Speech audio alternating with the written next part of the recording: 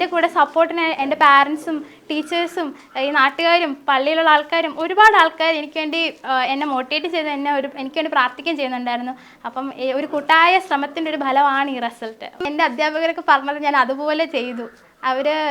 ഞാൻ over think എനിക്ക് issue ഉണ്ട്, പക്ഷേ ഈ പഠിത്ത കാര്യത്തിൽ ഞാൻ അവർ പറയുന്നത് അക്ഷരം പ്രതി പാലിച്ചു. ഇപ്പം എൻ്റെ മെൻറ്റേഴ്സ്, എനിക്ക് പ്രിലിംസിന് അനന്തു സാറായിരുന്നു എൻ്റെ മെൻറ്റർ. അപ്പം സാർ ഇങ്ങനെ പറയും, ഡെയിലി പ്ലാനർ അനുസരിച്ച് പഠിക്കുക. ഞാൻ പഠിച്ചു. അപ്പം എല്ലാ ടെസ്റ്റ് കഴിയുമ്പോഴും സാറ് ഫീഡ്ബാക്ക് തരും. ഓരോ ക്വസ്റ്റ്യൻ എങ്ങനെ അറ്റംപ്റ്റ് ചെയ്യാമായിരുന്നു, തെറ്റിയതൊക്കെ എങ്ങനെ അറ്റംപ്റ്റ് ചെയ്യാമായിരുന്നു എന്ന് എനിക്ക് ഫീഡ്ബാക്ക് തരുമായിരുന്നു. ഞാൻ അതുപോലെ ചെയ്തു, പാലിക്കാൻ ശ്രമിച്ചു. അതൊക്കെ ഇമ്പ്രൂവ് ആക്കാനും അങ്ങനെ ഓവർ ദി ടൈം അത് ഇമ്പ്രൂവ് ആയി. മെയിൻസിൻ്റെ സമയത്തും എൻ്റെ മെൻറ്റേഴ്സ് എൻ്റെ ആൻസർ 1 by 1 ഓരോ ലൈനും അവർ വായിച്ച് എനിക്ക് കറക്റ്റ് ചെയ്ത് തരുമായിരുന്നു. ഇൻ്റർവ്യൂവിലാണെങ്കിലും എനിക്ക് ആദ്യം നല്ല പേടിയുണ്ടായിരുന്നു. എനിക്ക് മര്യാദയ്ക്ക് സംസാരിക്കാനൊന്നും അറിയത്തില്ല എന്നൊരു കോൺഫിഡൻസ് കുറവുണ്ടായിരുന്നു.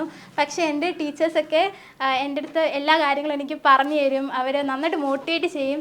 അതുകൊണ്ടൊക്കെ തന്നെയാണ് ഞാൻ ഇവിടെ എത്തിച്ചേർന്നത്. അച്ഛനാണെങ്കിൽ അമ്മയുടെ ഡിസിഷൻസിനോടും നല്ല സപ്പോർട്ടായിരുന്നു. അപ്പം രണ്ടുപേർക്കും എന്നെ പഠിപ്പിച്ച് എൻ്റെ അനിയനെ പഠിപ്പിച്ച് വലിയ നിലയിൽ എത്തിക്കണം എന്നൊരു വലിയ ആഗ്രഹം ഉണ്ടായിരുന്നു. മാത്രമല്ല അവർക്ക് നല്ല വാശിയും ഉണ്ടായിരുന്നു. ആ വാശി എനിക്കും കിട്ടി. അപ്പം അങ്ങനെയാണ് ഞാൻ ഇരുന്ന് പഠിച്ചതും എനിക്ക് ഓൾ ഇന്ത്യ റാങ്ക് 57 കിട്ടിയതും. അത് മാത്രമല്ല അവർ ഫുൾ പ്രാർത്ഥനയായിരുന്നു. രണ്ടുപേരുടെയും കൂട്ടായ പ്രാർത്ഥനയും എൻ്റെ ഒപ്പം ഉണ്ട്.